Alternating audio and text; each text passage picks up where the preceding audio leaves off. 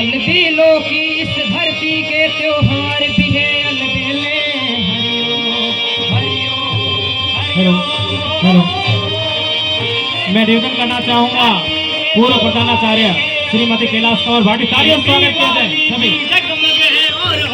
प्रेरणा स्रोत और इस विद्यालय में और होली प्रेरणा स्रोत और भौतिक रूप से आपने भी भाषा रूप से 51,000 रुपये का सहयोग दिया विद्यालय को मंच के माध्यम से और उपस्थित सभी जन समूह के माध्यम से मैं आपका हार्दिक स्वागत एवं अभिनंदन करता हूँ। श्रीमती कैलाश कौर भाटी जो कि एक प्रेरणा पुंज है, इस विद्यालय की कायाकल्प करने में आपका अभूतपूर्व सहयोग रहा। आपसे निवेदन है कि आप विराजें।